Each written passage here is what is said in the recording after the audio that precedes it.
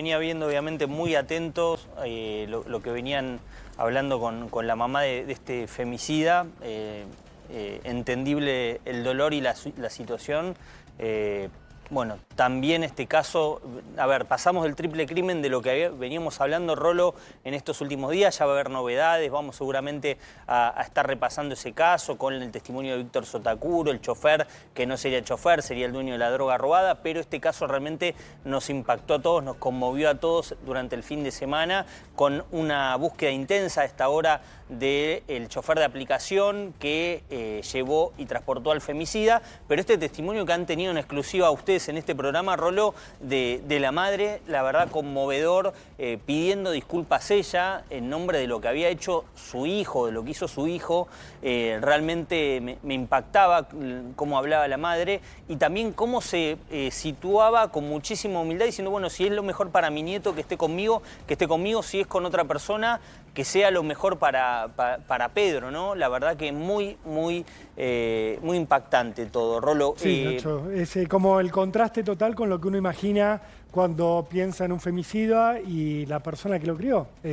Siempre que vemos a un violento que llega al extremo de matar a una mujer, en este caso mató a 2 mujeres, uno piensa, pero este no tenía madre, ¿de dónde salió? Lo crió una mujer ¿qué valores le inculcó? Y la verdad que Estrella, con quien hablamos recién al aire, yo estuve hablando mucho hoy a la mañana con ella, justamente para pactar esta noche, es una mujer que está golpeada. Ella en algún momento en privado me dijo, soy una víctima de una parte de la situación. Yo le decía, bueno, acá solamente hay 3 víctimas en realidad, Luna, su mamá y ahí las estamos viendo en pantalla, Mariel es la mamá de Luna y su hijito, y Pedro, que se quedó sin mamá, sin abuela materna y con el padre preso por haberlas asesinado, con padre que va a tener, ojalá, perpetua, y al que no va a tener, y que encima es el que le arruinó la vida. Bueno, pero ella se siente víctima en el sentido de a ella también le arrancó una parte enorme de su vida y se siente que tiene que dar explicaciones por el hijo que trajo al mundo. Nos dijo en la nota, recién Sole le preguntaba, me quiero arrancar el útero. La verdad, uno pensar en esa situación, me arrepiento de haberlo traído al mundo, me dijo temprano cuando hablábamos. Recién Javi Díaz le preguntaba qué esperaba que le pase a su hijo y dijo prisión perpetua y que no salga nunca más. Y lo dice la mamá del asesino, claro, ¿no? Prisión perpetua, que no salga más. Que no salga más, dice la cárcel. La mamá del asesino. En general esto lo escuchamos de la mamá de la víctima, en este caso no está, pero de los familiares de las víctimas. La mamá del asesino está diciendo que no salga nunca más y ella hace mucho hincapié en esto, Nacho, que siempre nos llama la atención en cada femicidio y nunca se soluciona.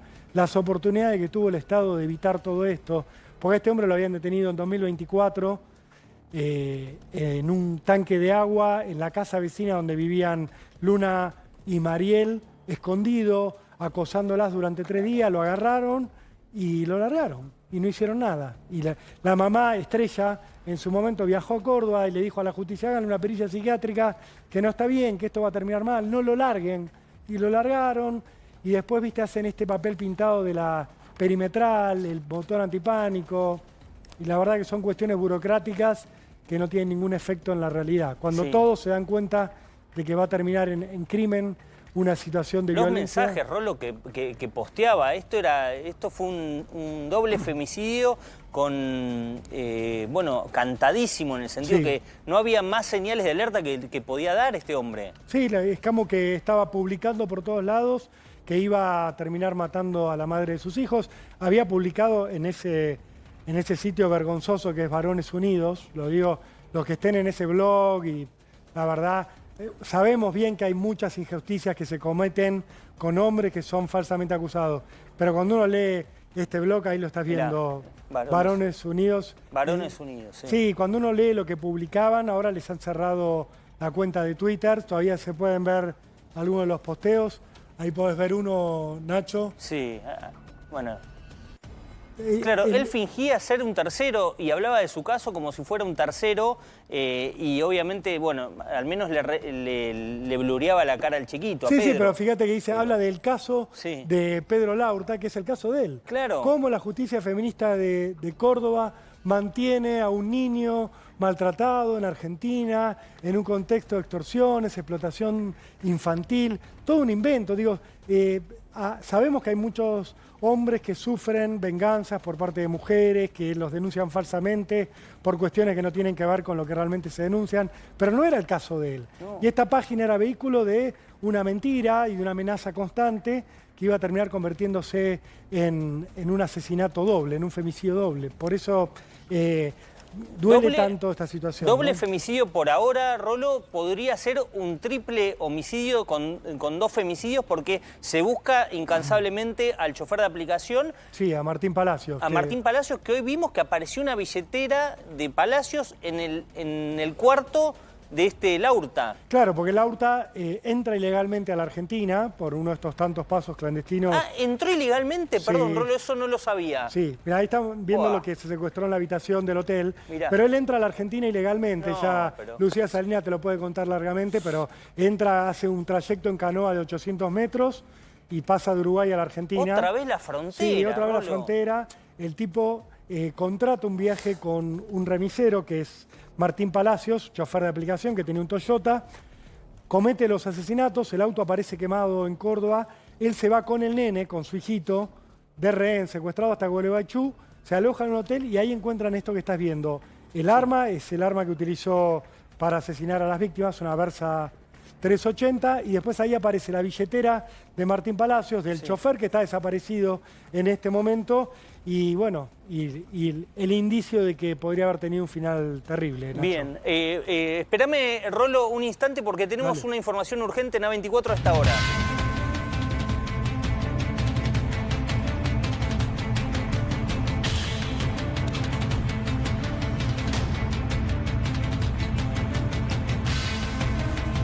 Atención, la noticia es urgente a esta hora en A24, llega desde Concordia. Encontraron un cuerpo en Concordia, todavía no pueden determinar de quién se trata, pero a esta hora encontraron un cuerpo en Concordia y están investigando si se trata, Rolo, del chofer de aplicación, justo de quien hablábamos. Este es el auto prendido fuego del chofer de aplicación, es un Toyota Corolla con el cual se trasladaba, vos bien lo decías, Rolo, claro. Pero la novedad es la aparición de un cuerpo, obviamente sin vida. Encontraron una persona muerta en Concordia y se resta saber de quién se trata, pero bueno, obviamente trabajan con esta hipótesis los investigadores. Claro, Nacho, porque pensá que este femicida, Laurta, hace un recorrido ilegal de ingreso desde Uruguay hacia la Argentina, vía Entre Ríos, contrata en Concordia a este remisero, al dueño de este vehículo que estamos viendo ahora quemado. Está la imagen del Toyota blanco con su dueño, con Martín Palacios, orgulloso al lado del auto. Y obviamente no se sabe en qué momento se separan los caminos del asesino y del chofer. Se sabe que él llega hasta las cercanías del lugar donde comete el crimen, ya en Córdoba, con el auto, lo prende fuego, ahí lo estás viendo. O sea, con el auto de Martín. Con el auto de Martín. No sabemos si llega con Martín o si llega él conduciendo el auto, claro. Y al chofer ya lo había asesinado, por ejemplo. Claro, y lo había dejado en el camino, en Concordia, uno puede preguntarse. Él llega a Córdoba, comete el doble crimen, se lleva a su hijo y regresa hacia Entre Ríos. Regresa a Gualeguaychú, donde se aloja en un hotel, lo terminan ubicando, haciendo unas compras, el video que veíamos recién. Rescatan a su hijo, por suerte, el nene que mañana cumple 6 años, pero el que no aparece es el chofer del auto. Claro. En el hotel de Gualeguaychú, donde se estaba escondiendo este hombre con el nene secuestrado, encuentran el arma que usó en el doble crimen y encuentran la billetera con los documentos del chofer. Eso es terrible, Rolo. Eso es un dato que... Nacho, o sea... si tenía los documentos él, da que pensar que se deshizo del chofer. Ojalá no sea lo que estamos pensando todos, que no sea que se haya deshecho matándolo. Ojalá lo haya dejado atado en algún lugar o lo que fuera. Y uno piensa, bueno, quizás se quedó con los documentos porque como iba a circular con el auto, si lo paraba algún control, hacer de cuenta que era el dueño. Esa es la hipótesis más positiva, la posibilidad de que el chofer esté vivo en algún lugar donde este hombre lo haya dejado retenido. Ahora, cuando uno suma el auto quemado, los documentos en manos del asesino, de un tipo que ya había matado a 2 mujeres, que tenía un plan perfectamente planificado. Y ahora el hallazgo de este cuerpo, bueno, la verdad es que hay mucha preocupación. Rolo, consulta, porque acá lo que me dicen es que para ir atando cabos, realmente no somos investigadores, estamos obviamente contando la información de último momento, se encontró un cuerpo en Concordia, pero lo que me dicen es que el asesino estaba esperando un remis para ir a Concordia. Sí, hay partes del relato que se están reconstruyendo ahora porque primero lo que intentó hacer la policía es encontrar rápidamente al asesino porque tenía el nene encima. Y el riesgo era que después de haber matado a la mamá y a la abuela materna, hubiera asesinado también al nene. Claro. La verdad que este era el pánico que tenían las autoridades y que teníamos todos porque no hubiera sido la primera vez en la cual el femicida comete lo que se conoce como femicidio transversal, que es matar también a su propio hijo, al hijo de la mujer a la que tanto odia, para provocar un daño todavía mayor. Claro. Por eso la prioridad era encontrarlo. Le siguen el rastro, hace un gran trabajo Néstor Roncaglia, que era, seguramente lo recordás, fue jefe de la Policía Federal, Nacho, y después de retirarse se fue a Entre Ríos y se convirtió en ministro de Seguridad. Es un hombre con mucha experiencia y muchos contactos. Un lujo para Entre Ríos, Por ¿no? supuesto, Sí, un lujo total, lujazo. que ahora están haciendo la reconstrucción del recorrido entero. Por eso te decía que lo primero que surgió es, cruzó en balsa, contrata este viaje y se va hacia Córdoba. Ahí estás viendo parte del recorrido que habría hecho. ¿Ves que es circular ese recorrido que empieza en Entre Ríos? ¿Sí? Después del ingreso vía canoa, te vuelvo a decir, porque vía canoa, yo me quiero... Sí. A ver, a ver si hacen algo... A ver, yo le voy a hacer una propuesta al gobierno de Milei que tiene mucho y yo sé que muchas cosas por delante. Migraciones no tiene que depender más de Ministerio de Interior, de Jefatura de Gabinete. Déselo a Bullrich, que sea una propuesta integral de combate de la inseguridad, que sea el que escapa, que dependa de la misma persona que controla la seguridad y que controla las fuerzas federales. Por favor, por favor, no es tan difícil de diseñar. No soy un genio. Vos fijate que lo que decís es lógica pura, porque no puede ser que todo el tiempo nos encontremos con que los asesinos entran clandestinamente, salen clandestinamente. La verdad es una joda eso. Es una joda, la frontera es una joda. Es un tipo, con todos los gobiernos. Pero sí, Nacho, este hombre estaba en Córdoba, en Uruguay. La mujer que era objeto de su acoso, de su violencia, a la cual le habían dado un botón de pánico por si él se acercaba, está viviendo en Córdoba, separados a más de 600 kilómetros, y el tipo ingresa al país, y está claro que si ingresa de esta manera va a matar. Claro. Lo podrían haber frenado. Bueno, lo que se sabe ahora es que entró al país por un paso clandestino que queda cerca de Puerto Yeruá, en el río Uruguay. Esto es a 600 kilómetros de Córdoba, a donde él quería llegar para matar a esta mujer. Él se fue a Concordia, ¿sí? A donde hay una distancia del paso que hizo ilegal hasta el punto donde hizo la contratación, 45 minutos más o menos en auto. Él se encuentra con Martín Sebastián Palacios, que es chofer de aplicación, le pide el viaje el 7 de octubre, que es desde cuando está desaparecido, y de ahí, con este Toyota Corolla, va hacia la ciudad de Córdoba. El auto, así como lo estamos viendo con estas imágenes de A24, que fue el primer medio en llegar hasta el lugar, apareció incendiado. Obviamente nadie sabía lo que iba a terminar ocurriendo. Lo encuentran el 9 de octubre, Nacho, quemado. Obviamente quemado, parecía un auto que era fruto quizás de algún ilícito. Todavía no se sabía la historia que escondía, que era que había ayudado a trasladarse a un femicida hasta la ciudad de Córdoba. Al lado del auto, recién lo veías en el paño, hay unas llaves. Se está investigando qué son, si tiene algo que ver. ¿Por qué las llaves? Puede ser la llave de la casa de y algo que tenga que ver con Martín Palacios. Claro, por eso el interés que hay sobre esas llaves. Y de ahí se cree que él se toma otro auto, quizás un taxi, para ir hasta el lugar donde termina cometiendo el doble asesinato y donde secuestra al nene. Después, con el nene en su poder, él empieza a volver hacia Entre Ríos. Va haciendo un trayecto que se está reconstruyendo, obviamente, en este momento. El crimen fue el sábado, les recuerdo a los que se unen ahora. Y él se aloja en la habitación 209 del Hotel Berlín de Gualeguaychú. el seguimiento que hace toda la policía. Mirá todo el trayecto pero que enorme, hizo. Nacho, recorre el país ida y vuelta, atravesándolo de costado, digo, va desde el río Uruguay, llega hasta la provincia de Córdoba y después se vuelve, con un nene secuestrado. Y estuvo a esto de irse, Rolo, con lo que significa eso en términos, vos lo sabes muy bien, en términos de investigación. Él, eventualmente, el día de mañana decía, perdón, yo nunca estuve en la República Argentina. Por supuesto. Yo no tengo en mi pasaporte ningún registro, ningún ingreso. ¿De qué están hablando, señores? Yo estaba acá en Uruguay, iba a decir. Y después, en el mejor de los casos, empezaba el juicio de extradición y que tardara años, como va a pasar con Pequeño J, quizás, que está en Perú.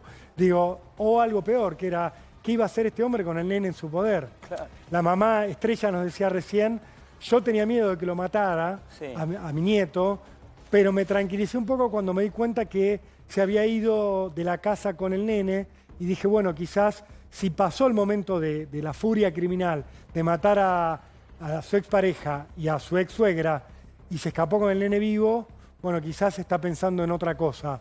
La verdad es difícil meterse en la mente de un criminal. No, de un chacal así, de esta Digo, magnitud. un Sí, tipo que pensó todo. Estrella nos contaba, y me lo contó también antes del aire, que este hombre tenía una empresa, un emprendimiento informático, una empresa de contenidos digitales, desde los 19 años, con 2 socios. Que esa empresa él comunicó que la estaba cerrando la semana pasada, o sea, la semana en la cual emprende el viaje sí. ilegal, clandestino, hacia la Argentina, ahí empieza a cerrar sus operaciones en Uruguay. La madre me decía, yo creo que él ya desde el momento en que sale de Uruguay no tiene ninguna duda de que va a ir hasta Córdoba, las va a matar a su expareja y a su ex suegra y se va a llevar al nene. Que él hizo todo muy planificado, aparte me decía, es alguien muy inteligente, Pablo Rodríguez Laurta, mi hijo, me decía, no es un tonto, no es un bruto.